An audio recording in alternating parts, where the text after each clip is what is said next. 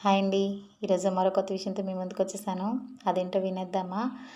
చాలామంది ఈ రోజుల్లో ఆహ్, పక్కవారి తో పోల్చుకుంటూ ఉంటారు. లేదంటే పక్కవారు ఏం చేస్తున్నారా? వాళ్ళెలా ఉంటున్నారా? ఎక్కడికి తిరుగుతూ ఉన్నారు? ఏం తింటూ ఉన్నారు? అన్నటువంటి ఆలోచనలోనే మన బ్రతుకులన్నీ గడిచిపోతూ ఉన్నాయి.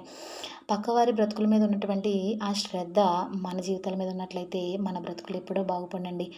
మనం పక్కవారి గురించి ఆలోచించే బదులుగా మొదటగా మన కుటుంబం కోసం మనం ఆలోచించుకోవాలి. ఎందుకంటే ప్రస్తుత పరిస్థితులు చాలా ఘోరంగా ఉన్నాయి. ప్రేమించి పెళ్లి చేసుకున్నాం అంటున్నారు. కానీ ఒకరినొకరు చంపేసుకుంటూ ఉన్నారు. ఈ రోజుల్లో ప్రేమ, ఆప్యాయత అనేదే కరువైపోయిందండి. మనుషుల మధ్య డబ్బు, వ్యామోహం అన్నది మాత్రమే నడుస్తూ ఉంది. ఈ రోజుల్లో డబ్బు ఉంటేనే ఏదైనా చేయగలం, డబ్బుతో ఏదైనా సాధ్యం అనుకునే వారికి నేను చెప్పే మాట ఏంటంటే, మనం తల్లి గర్భంలో నుంచి దిగంబరులుగా వచ్చాం. మరలా దిగంబరులుగానే అక్కడికి తిరిగి వెళ్ళాల్సిందే. లేదు నేను సంపాదించినవన్నీ తీసుకెళ్తాను అని అనుకుంటే అది అస్సలు కాని పనండి. ఒకవేళ మీతో పాటు ఆ శ్మశానం వరకు తీసుకెళ్ళినప్పటికీ అక్కడ కాటి కాపరి గానీ, లేదా మీ బంధువులు కానీ వాటిని మళ్ళీ వెనక్కి తెచ్చేసుకుంటూ ఉంటారు.